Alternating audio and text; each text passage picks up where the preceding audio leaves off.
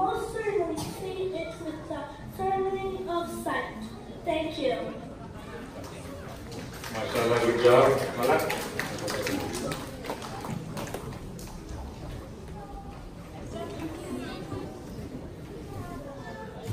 So I'd just like to take a few minutes to reflect on the school year we just is going to come to end today. Alhamdulillah, we had another successful Saturday school year. We have been seeing increase in our enrollment for past few years, especially level 1. We have 23 students enrolled last year. Inshallah, I'm expecting even more next school year. So, in the beginning of the year, we had a field trip. We went to the apple orchard, and that was a very fun event. And unfortunately, we could not do the second event, which was planned to go to a museum in Detroit because of the Ramadan and other time constraints. We could not do that. Inshallah, we're planning to do those 2 trips, inshallah, next year again. So, we also had our parent-teacher conference a few months ago. We had a very nice feedback, very positive feedback from many parents, and also we have some constructive feedback. Inshallah, we'll work on the feedback and we'll take your suggestions into consideration next year to improve the school. We also had a speech and quiz competition a few weeks ago. That was also a fun event. And I'm very happy and proud to say that 95% of the students participated in speech and quiz competition. That's really great. We've seen many of our older students gave awesome speeches and presentations, and they also won some nice gifts. So please continue to give your feedback. Your feedback is very important to our school to improve our school and make it more efficient. And we also want to take an opportunity to remind you all that summer is coming. We have 2.5 months. I know you will all be planning to travel, visit friends and families, but this is a good opportunity for all the parents and students, especially for the students to revise what they learned in Saturday school, especially the Quran. So I request all the students to revise all the surahs that you memorized last year, and also try to memorize new surahs for the next school year. So you will have a head start for the next year. I also like to mention and emphasize the point about the Quran reading. I've been reminding you, all the parents, to enroll your kids in the Quran reading program. I think a few weeks ago I sent a new contact, a new resource in the email. So we have brother Abdullah Hassan. He recently moved from Virginia here. He's a Hafiz, he's a Alim. The good thing about him is he is ready to come to your homes and teach the kids. So I talked to him a few days ago during Ramadan. So he mentioned, I think few parents already called him and scheduled a time slot for their kids. So I strongly encourage you all to please enroll your kids, especially this summer, and make sure they know how to read Quran. This is very important. Even though we cannot teach them how to read Quran at IAGD because of the time constraints, you need one-on-one interaction with the kids. So I strongly encourage to find any resources, either online, or you can bring the students here for Hafiz Rabbani's Nazira class, or you can contact the number I gave you in the email. So inshallah, for the next year, we're planning the early registration sometime in July. I will be sending an email, and then we'll have a regular registration on the first day of next year, September 7th. So if you register early, you will get a discount on your tuition, and if you come on the first day of school, it's going to be a regular fee. So I'd like to take this opportunity to recognize some of the people behind the success of the Saturday School. First of all, I'd like to thank all the teachers of Saturday School. They are the pillars of the school. They are very knowledgeable, qualified, and very caring. They are very committed to Saturday School, and I'd like to thank them for their dedication and commitment to Saturday School. Also, I'd like to thank our PTA staff, led by Brother Masood Muhammad and Sister Taiba. They've been tirelessly working the entire year, organizing many events, starting from the first day of orientation, parent-teacher conference, speech and quiz competition, and right now, the graduation ceremony. Please also help them. I also have so many parent volunteers who help them throughout the year. So I also encourage more parents to join the PTA's team and help them out.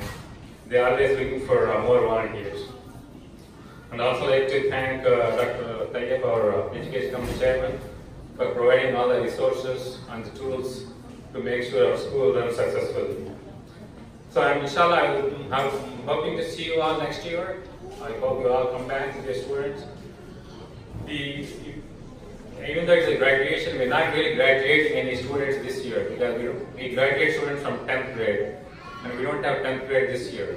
We have 9th grade and then they'll be promoted to the next 10th grade. So inshallah, next year we will be actually graduating some students. But the important thing is not really graduating the students or promoting the students into the next level. The most important thing is we want the students to come here every Saturday and get connected to the IAGD and get involved in the IAGD program. We want them to grow and be nurtured with the Islamic environment. So that's our main objective, to make our students get connected to IAGD. And this is also an opportunity for students to enroll in some summer programs. We also have some summer programs coming up. Brother Ali, he's our youth director. He's planning some summer programs. So I know the last time some of our students enrolled in Salihin program. That was a successful program. So they basically took the classes right after the Saturday school. So inshallah, I encourage the students to continue the learning path here at IAGD by enrolling into the summer school program. So with that, inshallah, so I'm hoping to see you all next year during the registration days in July and on September 7th. Please continue your support and your commitment to Saturday school. Jazakallah khair for coming here and joining us celebrate this graduation ceremony. With that, I would like to ask Dr. Tayyip to say a few words about Saturday school and then say the plans for next year. I just want to mention one more thing quickly. During the last year, a few months ago, myself, Dr. Tayyip, and Brother Faisal, Sunday School Principal, we visited many weekend schools in the area. I think we visited about 4 or 5 schools just to see how we can improve the schools compared to other schools. And the first feedback we got is, why are you coming to our school? Your school is pretty established, pretty big school. That's a good comment, positive comment. And also, compared to all other schools, alhamdulillah, by far, Saturday school is the most diversified school I have seen so far. Because we have parents and families from different backgrounds, different ethnicities, different nationalities. It's very good to see the diversity that makes our school much stronger. So, alhamdulillah, so that's a very good feedback that we received from other schools. This way, we can basically, students can learn from each other, different cultures, different languages, different traditions. So I just want to make that point out. So with that, I'd like to invite Dr. Tayyip to say a few words.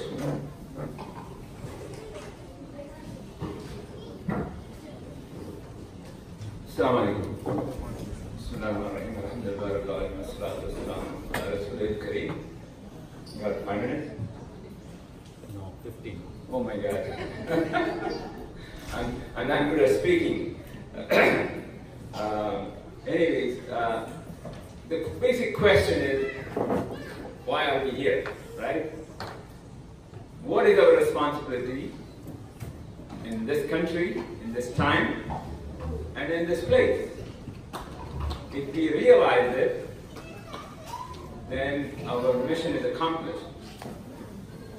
The responsibility is really huge on your shoulders, much more than it was on my age group. When we came here, the challenges were not as great as your kids are facing. We didn't have a lot of these issues that are coming up, bubbling up through the social norms of this country.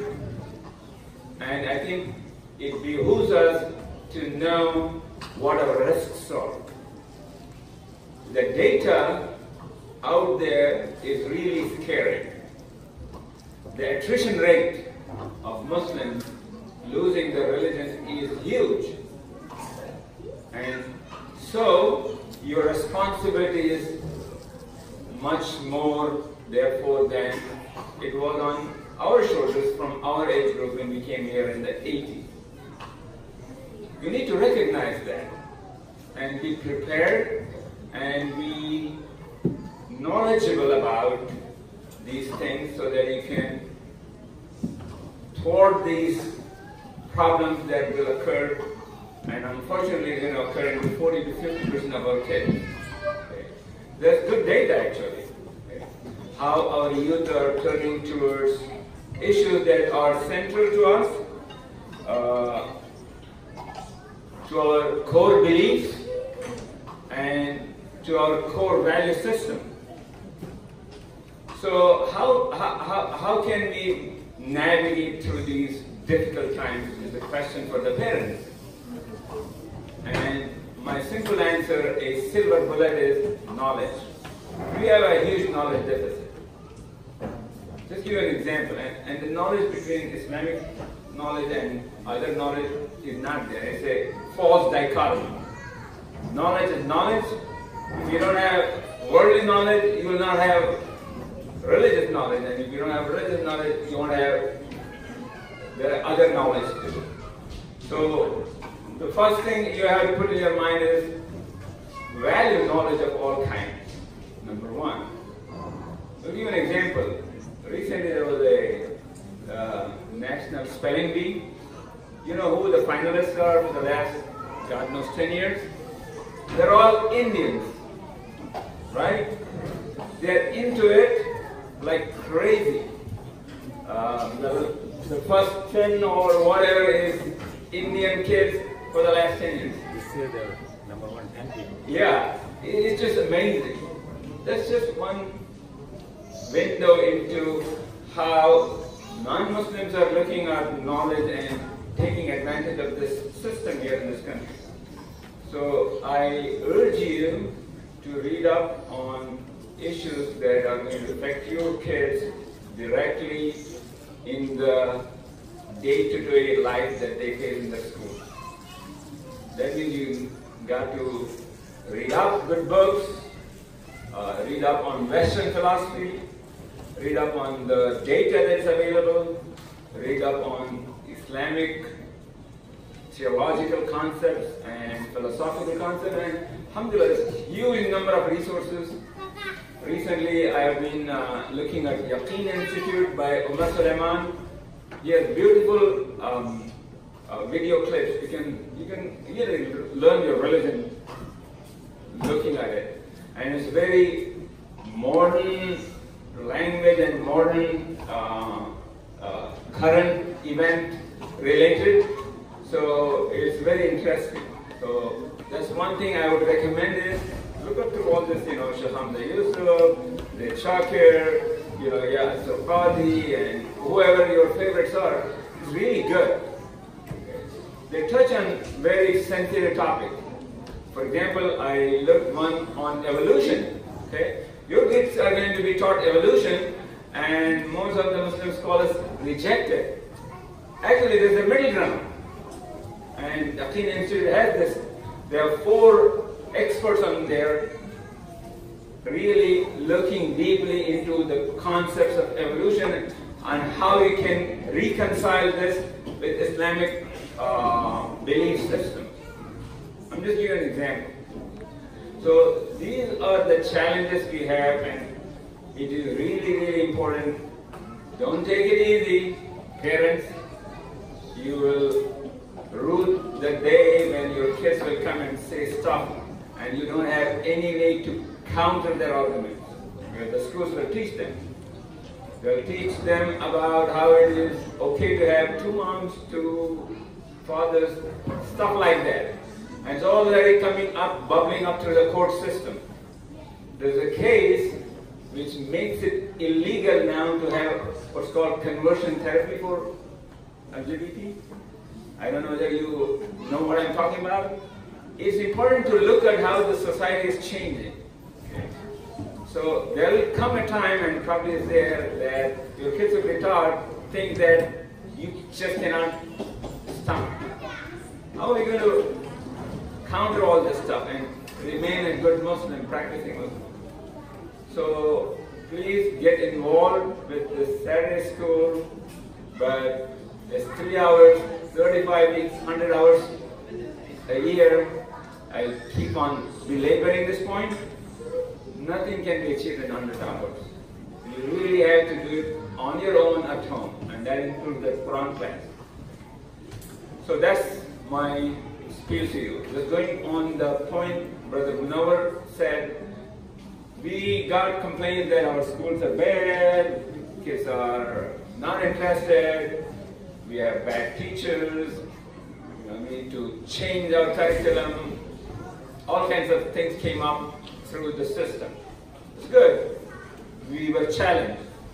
So we accepted the challenge. We said, okay, we'll accept your accusations, okay, and we'll see what everybody else is doing. So we went to Tawheed Center School, we went to Unity Center School, and we went to Canton Masjid School. These are the big places where there's, some of kind of similar background, socioeconomic, educational background kids. What we found out was, and we knew for this for sure, but we wanted to bring data. We want to bring facts to the board, and we presented our facts to the board. Number one, we are the largest school system in the area. We got about 400 kids between Sunday and Saturday school. We are the most organized. We have monthly board meetings, we have PTA representation, we have teachers representation in these meetings. We report to the board. The board has a board member as liaison. We have a budgeting process. We keep data. We track people's graduation, this, that, you name it. So the other masjids are impressed by our school. And then, like he said, wondering, what are you doing here? We learn from your schools. Okay. So it is not a panacea. We are not the utopia of the schools. Like I said, 3 hours is a very restricted time. You can do only so much. We looked at curriculum like 3 years ago now, and there's a bunch of books, and we got to take some books.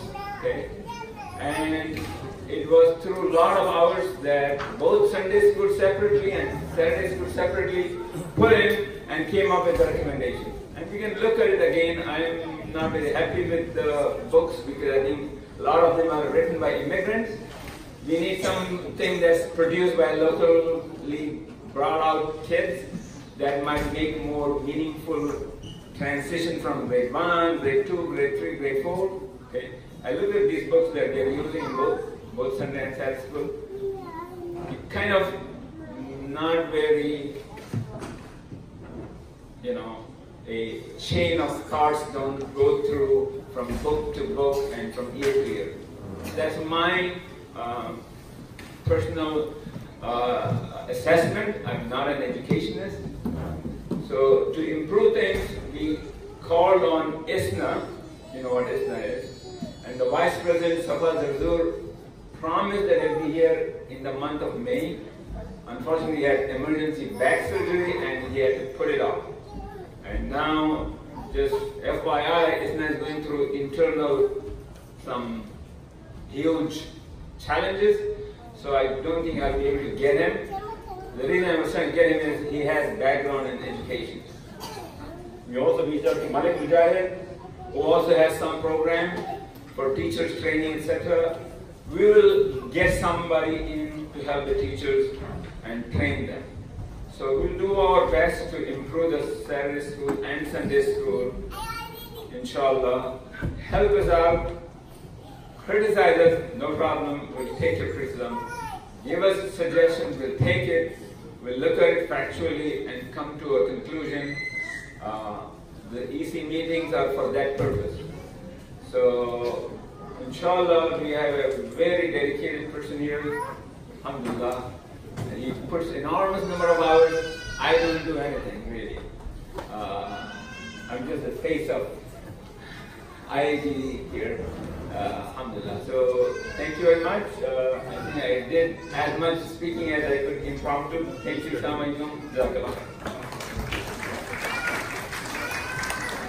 Jazakallah Sayyid for the nice reminder and the encouraging words. Now I'd like to ask our level 8 and level 9 teacher, Brother Ali, to just say a few words about his experience with Side School, his interaction with the older kids, and he's also going to mention a few programs that are coming up during summer. Assalamu alaikum. Come on, guys. It's only 11 o'clock here this time, right? Assalamu alaikum. Alright, that's better. Honestly, Uncle Dave, basically, said everything I really wanted to say, but just to kind of build off what he's saying, really it's important that we all get involved. Especially if you have criticisms or if you feel like the system isn't working, or you feel like maybe people look at us a certain way, or maybe you feel like your kids aren't up to par with their Islamic education, you need to get involved. And it doesn't necessarily mean that you need to come to Sunday school or Saturday school and teach here, but have a conversation with your kids. Every year I always ask the kids, why are you Muslim? And nobody till today has been able to give me like a straight answer. I'm Muslim because of X, Y, Z reason. Right? Each one of us, right? All my Saturday school kids are smiling right now because they know. I always ask them, why do you believe? Why do you believe? Right? This is important. You guys should be able to answer this question, right? And if your kids don't know, that means that you need to have this conversation with them. You need to tell them, why do you believe? Evolution is something that's going to be coming up, almost for 12 years. They're going to be hit with it, right? They're going through the education system. After that, they get into college. They're going to get hit with philosophy. They're going to get hit with more evolution, biology, whatever, right? They need to know these answers. And if you're not having these conversations with them, then that's a problem. It's a big problem. I can even tell you, there are 3 or 4 kids within our own community that identify as atheists. They say that we're atheists now. And their parents are coming to me now and saying, what do I do? Honestly, what should have been done was that from the beginning you should have had this conversation, so that this wouldn't have come up now. Because if you take more of a reaction sort of approach to this rather than trying to fix it in the beginning, then you're going to end up with these sort of issues, right? And alhamdulillah, just like Dave Uncle was saying, our community is big. We have tons of resources. We have scientists, right? We have Dr. Ramzi, he did a really good presentation here, maybe just a couple months ago, on why we believe, on that very issue. And I hope all my kids were there. But it was a really good presentation. Basically, he covered all of the scientific miracles within the Quran. And it's not boring stuff either. Your kids aren't going to roll their eyes and be like, oh, I don't want to listen to this. When they start to hear this and they start to listen to this, they're going to get interested. They're going to want to get engaged. So the next thing is that we need local scholarship. This is very important. We need kids who can go through the system, who were born and bred here, and understand the language, the culture, and they need to be able to answer some of these issues and problems. Because otherwise what's going to end up happening is that we're going to have this immigrant mentality where they're coming here and they're bringing the issues that are brought from back home as opposed to the issues that are brought up here. Right? A lot of kids, they can't identify with some of the issues that we have back home, right? They need to be able to address the issues here. So we need local scholarship, right? There's plenty of organizations. Miftah is one of them, right? Al-Maghrib is another one, right? Get your kids involved. Get your kids involved at a young age. The more they know, the more that they're going to benefit the people around them. I can't tell you how many kids that I know that have become Muslim at a young age, 15, 16, because of their friends, right? They started coming to the masjid. They'll say, oh yeah, I became Muslim because, I met such and such person and he told me about Islam. Right? Even one of my closest friends, he became Muslim just the same way. His name is Angelo. Right? He met a Muslim, he talked to him, he learned from him, and he became Muslim at, I think, around 16. It's easy, right? And honestly, these people are looking for it. I was just reading a statistic the other day, and I think they were saying that almost 50% of the kids are being admitted for depression, right? And like 50% higher than previous years. And so you think about it, depression can also have, like a biological aspect to it, that you're genetically predisposed to it, but also there's outside factors, right? We were created for a purpose. We were created to worship. If that purpose has been removed, what's going to happen?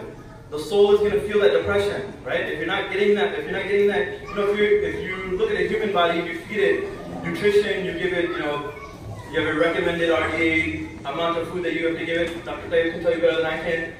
and it doesn't get the nutrition that it needs, the body is gonna get weak. It's the same way. The soul needs nutrition, right? We need to also feed it. We need to feed it dhikr of Allah. We need to feed it knowledge of Allah, right? And if these things are removed, then the soul is going to become depressed. So just to keep this short, we have a number of programs here at IAGD that we started and we're continuing. And the first one is Salihin. This is a program that we have for the 9 to 13-year-olds. This is just a simple program. We teach a little bit of ilm, but we also try to build a lot on the brotherhood and like that camaraderie. We also have a girls program called Sakina. It's basically the sister group of Salihin. And then for our college and high school kids, we're coming out with a new program. I haven't come up with a name for it just yet. I'm going to leave it up to the kids. We're going to be starting after next week, inshallah. And basically this program, what it is, we're having the college kids come in, and they're going to teach the kids, the high school kids, about some of their experiences growing up in the communities here. So I think this will be an excellent opportunity for kids to learn about, maybe some pitfalls that they could fall into, growing up in this sort of society. But also, we hopefully will want to bring in some professionals, right? Who can also teach about, just things on how to navigate through college, right? Just real life experience things. So that's our Saturday program, and inshallah, we're going to be coming out with a program during the week, during the summertime. We also haven't come up with a name for this either, but you'll see, inshallah, an email in the e-blast you should get from IAGD. So if you haven't done so already, please sign up for the newsletter at IAGD. We also have a website for the kids called mygd.org.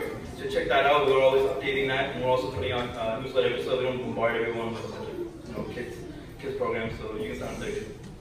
But really, that's all I have to say. Just to everyone for being a part of this. And honestly, it's these sort of institutions that become, places of nur for people to, engage with Islam and really just spread it. It took one Sahaba to go to China, and he converted a whole entire, population, over millions of Muslims from one Sahaba. So imagine, there's, hundreds of us here, right? So we can easily do the same thing. If one Sahaba can do that, then just easily one of us can do the same thing, inshallah. So just out there for giving the time, and just out there for these guys and all the teachers and parents for getting involved. Please give me your love.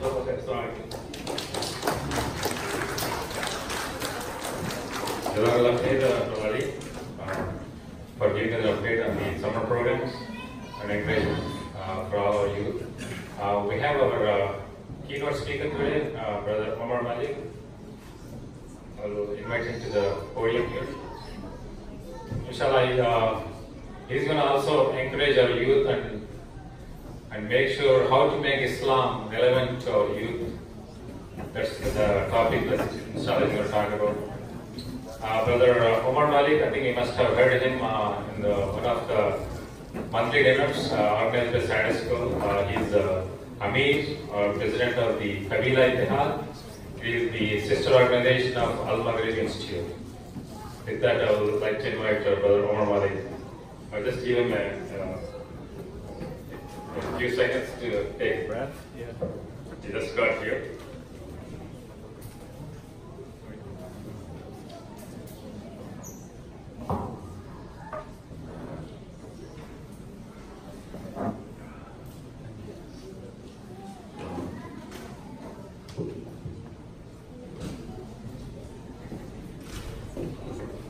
Assalamu alaikum warahmatullahi wabarakatuh. Waalaikumsalam. Come on, guys. Let's try it again. Assalamu alaikum warahmatullahi wabarakatuh. Bismillah, alhamdulillah, wassalatu wassalamu ala rasulillah wa ala alihi wa sahbihi ajma'in. Rabbi shrah li sadri wa yassir li amri wa hlul 'uqdatam min lisani yafqahu qawli. Eid Mubarak, everyone, first of all. May Allah bless you guys, and hope everyone had a great Eid. Alhamdulillah. All praise and gratitude is for the sake of Allah subhanahu wa ta'ala, the most gracious, the most merciful. We seek His help and forgiveness from the evil of our souls and from the sins that we have committed. We ask Allah subhanahu wa ta'ala to send His peace and blessings on our beloved Prophet Muhammad sallallahu alaihi wasallam, his family, his companions, and all of His righteous followers to the day of judgment. And may Allah make us of His righteous followers. Ameen. I wanted to start off with some ayat from the Quran.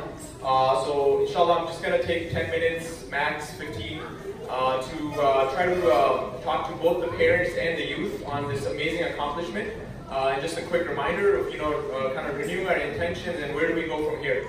So it's an encouragement, as some of you might know about myself, my past, about a lot of youth work that we do, and Brother Ali, mashallah. One of the things I think he would agree with that we struggle with is, there has to be, like they say in Urdu, Tali bahut dono haathon se bajti hai.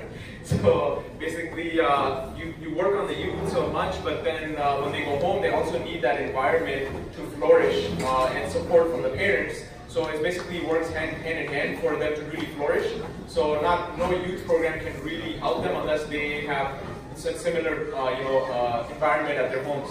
So I wanted to kind of talk about a few ayat regarding parenting and also about the youth and their role after, especially when they accomplish something major as this, and gaining knowledge, and where do they go from here.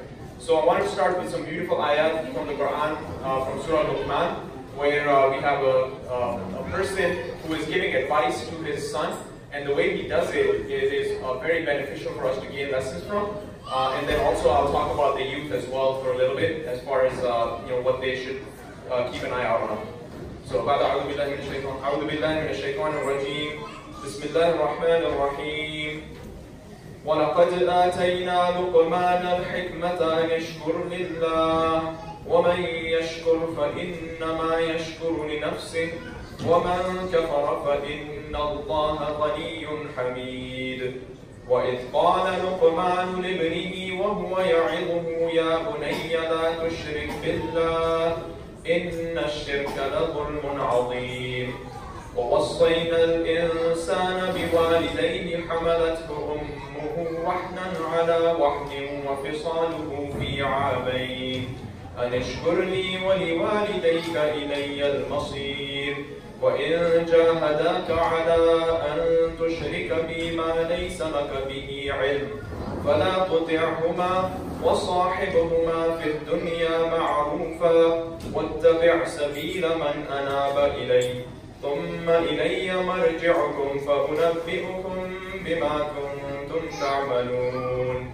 يا بني إنها إن تك مثقال حبة من خردل فتكن في صخرة أو في السماوات أو في الأرض يأتي بها الله إن الله لطيف خبير. يا بني أقم الصلاة وأمر بالمعروف وانهى عن المنكر واصبر على ما أصابك إن ذلك من عزم الأمور.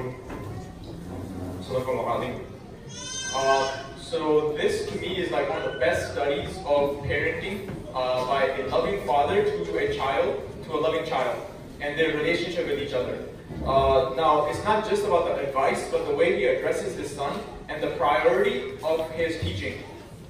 Because obviously we all have our goals of this dunya and the akhirah, but things have to take certain priority. So the way the Quran structured his advice and the order that he goes in and the way he addresses his son, we gain a lot of lessons from it. One thing you might have noticed, how did he address his son? What was the term used? Ya bunayya. And that happened multiple times, which means, oh my dear beloved son.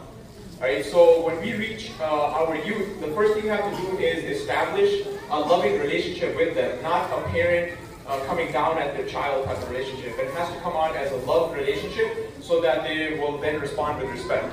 And this is a circle, this circle of love and respect is something that exists in every relationship out there. As we know, a lot of couples who are struggling today in today's society, including many of the Muslim couples that I deal with not having a good marriage, is again the same circle of love and respect, where by nature Allah has created men and women differently, and so a man expects respect. When he feels disrespected, he does not respond back with love. And the ladies, they expect love, and a lot of men are not good at saying I love you and showing that affection. So their main priority for the ladies is to receive love, and when they receive love, they respond back with respect. Now this circle never starts for many of the couples because the man never feels respected, so he doesn't respond with love, and the lady does not feel love, so she doesn't respect the man, and the circle breaks right away and the marriage dissolves. The same thing applies. Now if that circle gets stronger, but somebody's got to start. right? So if everyone is talking about, well, you didn't show me respect, why should I love you? And vice versa, we're not going to go nowhere. So somebody has to start the circle, and as they go stronger and stronger, you enjoy those relationships. Similar with the youth and the parents. If they just feel that you're just coming down at them and it's always just advice and I know better than you and no loving relationship, then they don't respond. They will maybe do what you want them to do, but it's not out of respect. They're just doing it because they're like, one day we're gonna leave the house and then we'll just do whatever we want, right? So that's one thing I wanted to start off with, and that's encompassed with the word Ya Bunayya. And it's not just once. It wasn't like formal. He actually meant it, and he kept saying Ya Bunayya, Ya Bunayya. Now, this is a passage that I've used to try to talk to my kids, and it's always worked for me, alhamdulillah. And it even starts brushing off on younger kids who don't even understand what I'm saying. Like my child right now is 2 years old, but when he sees me having a conversation with my daughters, a serious conversation, and my conversations usually start by saying, how was school today? And I don't ask them about their grades and their schooling and whatnot. I ask them, what were your feelings? How did you feel today? Did you, tell me what's on your mind. Are you stressed out? Did you, and they start opening up about all these issues, even at the age of 8 and 10, that would be very surprising. And then even my little one just comes and starts, sits in there, and because he can feel the love and a good conversation going on, he would just sit there and kind of just try to distract me and try to get my attention, because he's like, I want to talk too, right? But you can see that it has a big effect. So Luqman alayhi salam, what does he teach his child, right? He could have taught them about being respectful to the parents, or which is a good advice, or focus on your on your time management and your studies and whatnot. But he starts off with tawheed, with the oneness of Allah subhanahu wa ta'ala. And that is something that we cannot outsource to an Islamic school, right? That's what I meant by at home, they have to hear tawheed. They have to understand why they worship Allah subhanahu wa ta'ala. And the reason that they go to Islamic schools is to supplement, to gain that knowledge, so that they can apply it in the real world. And that also has to start off at home. So when they come home, they should also be hearing some review, some talk about Allah subhanahu wa ta'ala. One thing that I, for example, did yesterday, I read the hadith of Jibreel alayhi salam. It's known as Hadith Jibreel, where Umar bin Khattab narrates that hadith. And this is one of the few narrations from Umar bin Khattab, where the Prophet ﷺ is approached by Jibreel alayhi salam in the form of a human being, and then he asks him about what is Islam, what is Iman, and what is Ihsan. So when we got to the topic of Ihsan, it mentioned that Ihsan is when you worship Allah subhanahu wa ta'ala as if you see Him, and knowing that we cannot see Him, but we know that He sees us. So building that relationship that Allah is always present.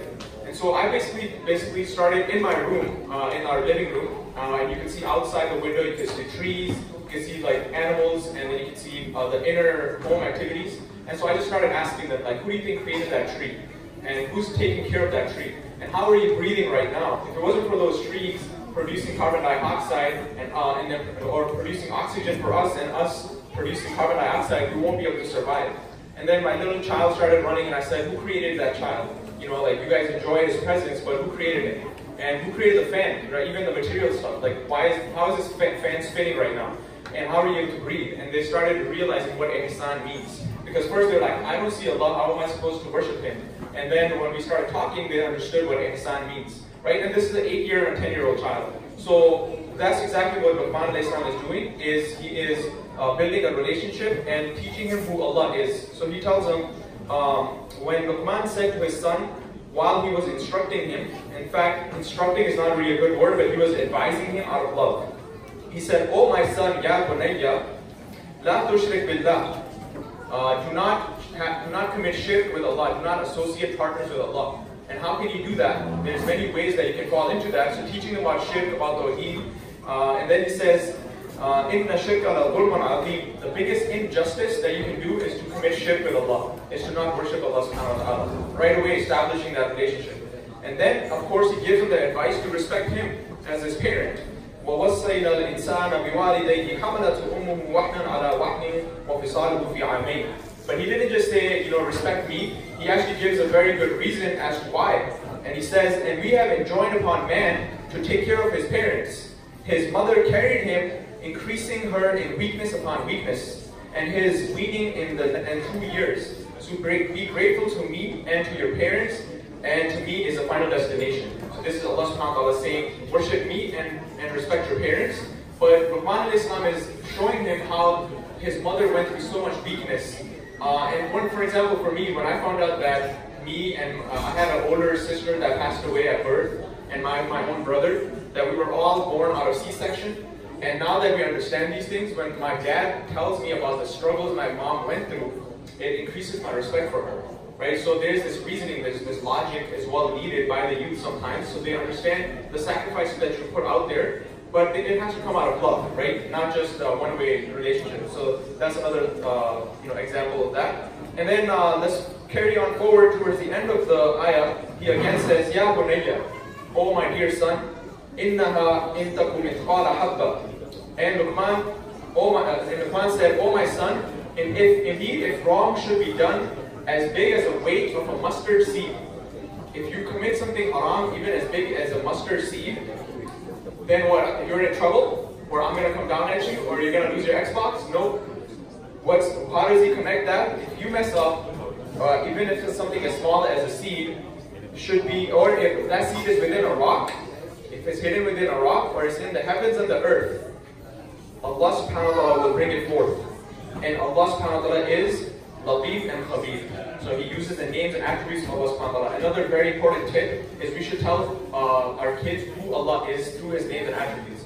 So what he's doing here is establishing a relationship with this child and Allah. So even if the parent passes away, or if he's not available, the child will still think twice about committing that haram action, because he knows that Allah is the one that's watching, and Allah can bring forth, even if the sin is as small as a mustard seed under a rock or in the heavens and the earth. It's not the parent, don't worry about me, but Allah's watching you, right? And so establishing that relationship, and then finally, now that he knows who he's worshipping, now he tells him to pray. Pray your 5 daily prayers. Ya bunayya, aqim as-salat.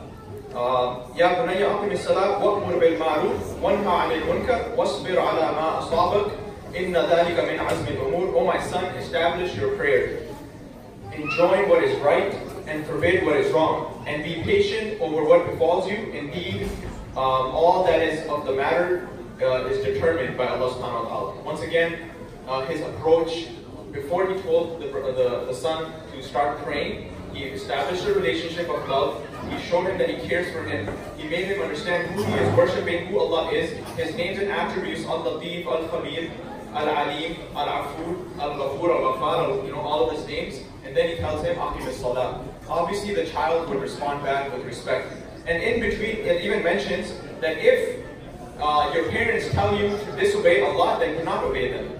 Right? So he also makes it clear that only respect and obey me if I tell you what is in accordance with Allah and His Messenger. Otherwise, do not obey me. But even then, we should be respectful to our parents. So that was the parent side of things. Hopefully, this is something to keep in mind with our youth. Once they graduate from any of these schooling systems, may Allah bless the schooling systems and the service that they're providing. But then once the child comes home, we should also have that, review, that loving relationship, and the ability for them to also feel that the Islamic school also starts at home. Now, with the child, obviously, I'll just end with a few, examples. For example, Imam Malik. Imam Malik, rahimahullah, one of the greatest scholars of Islam, one of the most amazing scholars of Islam, when his mother told him to go and learn from his teacher, Rabi'a, she taught him to go and learn from his manners before he learned from his knowledge. Unfortunately, today is a society of knowledge only. Even in our schools, and this was 15, 20 years ago when I was in high school, there's no aspect of tarbiyah. Like, it's all about knowledge. You go to high school, you get your grades, you graduate, but there's no, the teachers don't come to school to teach you manners and other, if you mess up, you put your hat backwards, you throw spitballs at each other, and you distract the teacher, they'll send you for detention. You sit there and you put a couple hours, you come back and you're doing the same thing again. Right? But it's not like, let me pull this child to the side and make them understand that, in a loving manner, that I care for you, and creating that adab and manner aspect of it. There's none of that in schools, right? That's why Islamic schools are critical, and that's, I think, the biggest advantage outside of homes. Why we send people to Islamic schools is so they learn from the adab of their teachers. And they also learn that it's more than about knowledge. It's about application of that knowledge and changing your character. And so I'll end with this hadith which we all have heard about the Prophet ﷺ, and you can notice the two-way relationship that I was talking about. And the companion I want to talk about is Anas radiallahu anhu. So Anas radiallahu anhu was a young boy, and the Prophet ﷺ arrived in Medina, and look at the vision of the parents. So there were certain parents that dedicated their kids for simply the service of Islam. There's nothing wrong with that.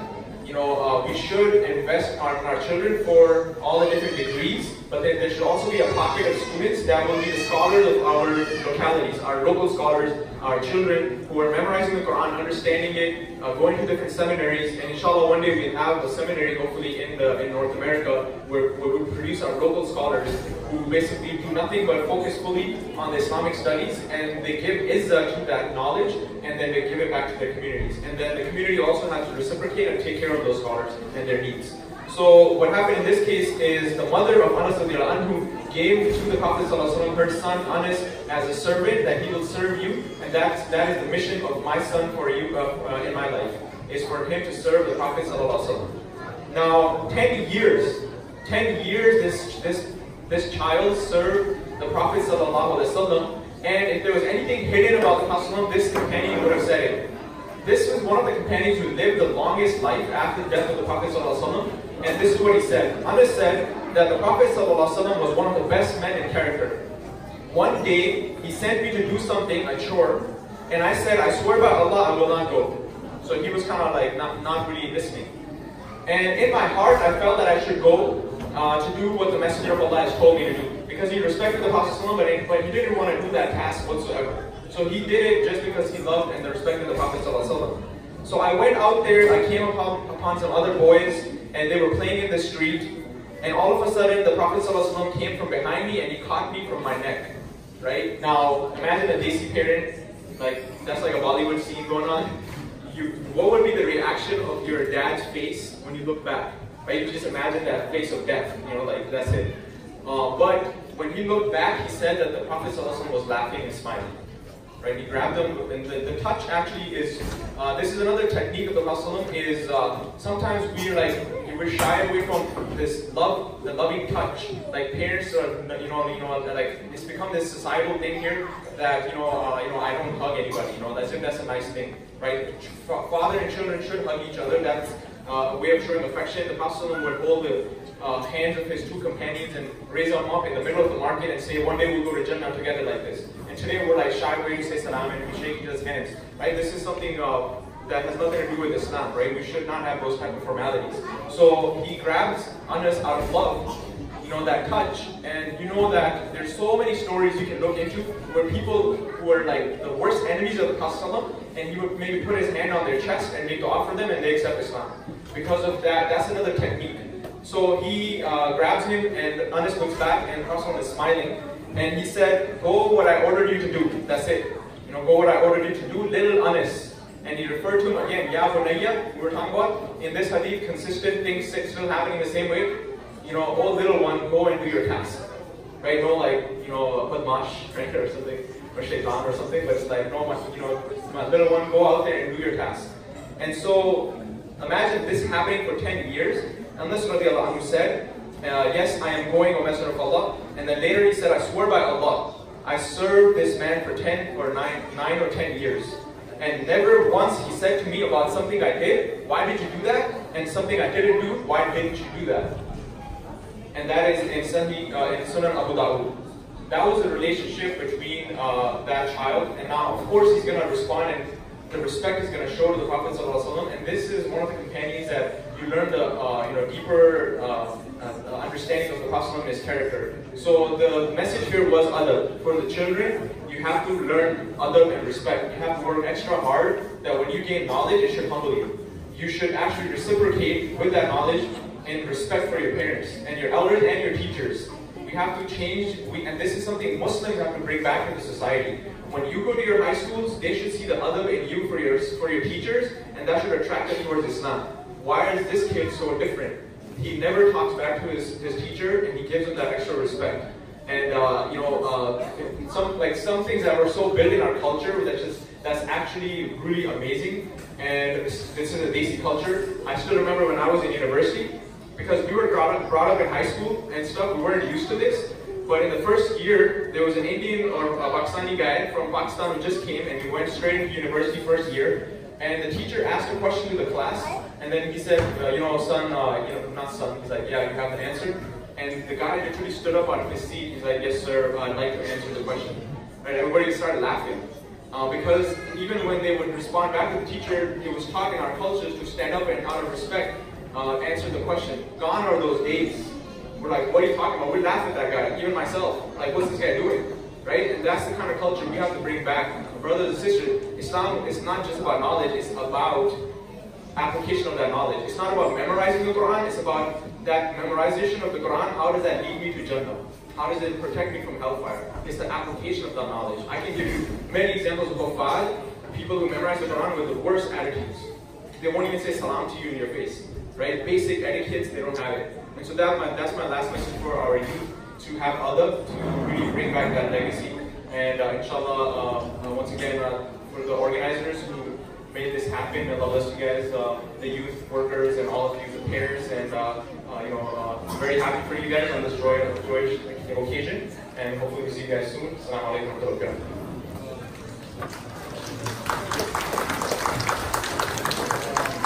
Brother Omar, for sharing the words of wisdom and the teaching from the Quran with us, and for your encouragement for youth and kids here. Inshallah, so that concludes the speech portion of the event. So now you can relax and stretch a little bit. So now inshallah we'll start the grade report and the certificate presentation to the students. So this is how it's going to work. We'll start with level 1 and then build up to level 9. I request the level 1 teachers to gather the level 1 students to my right side. So I will call the names. So each student will come here. We will give them the grade report and also the certificate. So if I can ask all the level 1 students to gather here on my right, and then I will call the names. I will ask Dr. Tayyib and Brother Omar to hand over the certificates and the grade reports. I also need a volunteer. We also have a goodie bags for every student. I need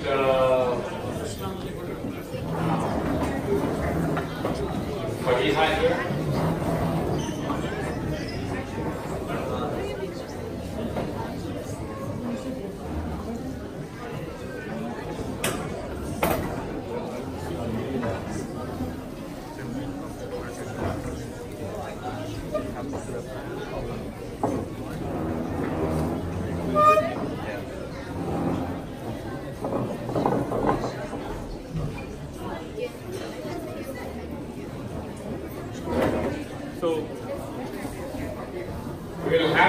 Once we are done with each level, they will be standing on the stage, then you can take a group picture. So if parents want to take pictures, please take a group picture after you are done with the presentation. Are they going to stand on the podium? Yeah.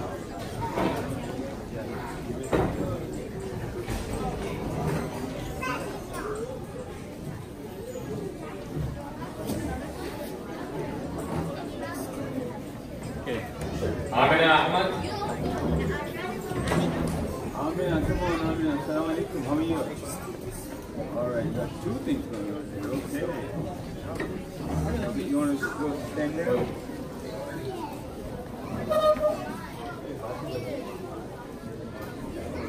Okay, Aisha Sayed.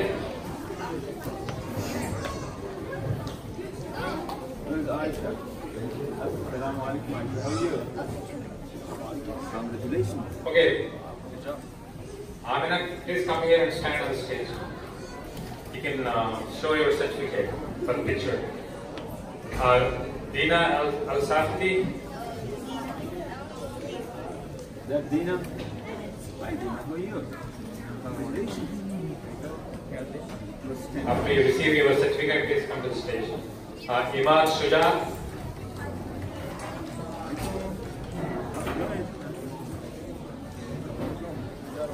Hafsa Fatima.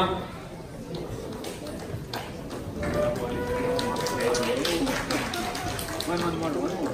You got a lot of stuff. Man Barfali.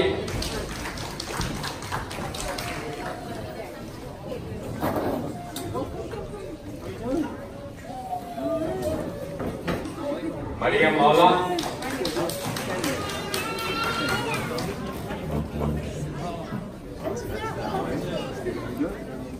Nabiha Harry.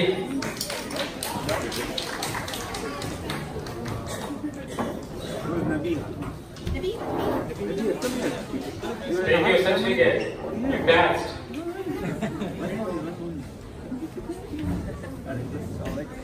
Rahim Harry.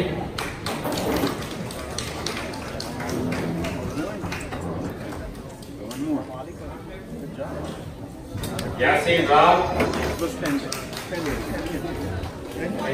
Come to the stage. Yasin Rab, she's not here. Yusuf Balaskar. Is Yusuf here? No. Zaid Al Hassan.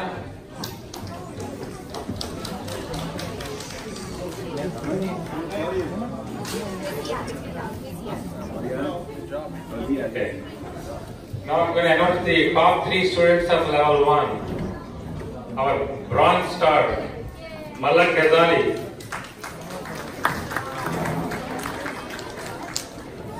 Our silver star student, Yusuf Al-Nama. And our gold star student, Tanzil Muhammad.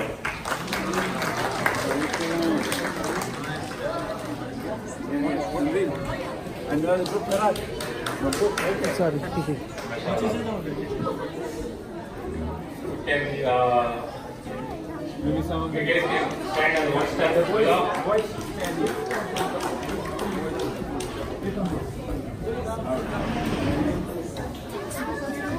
Okay. Come front. Okay. You come down. Come down. You okay? Move a little bit this side. Okay. Alright, that's good.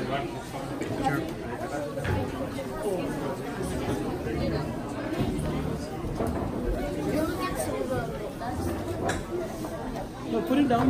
Like, yeah, like that.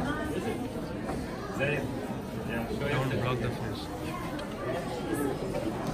Malak, go down. My little boy here. Money.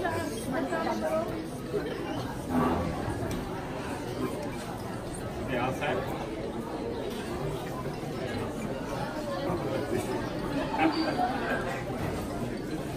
All right. Okay, got to move on. 1, 2, 3, done. Thank you. Okay. So, take the goodie bags with you.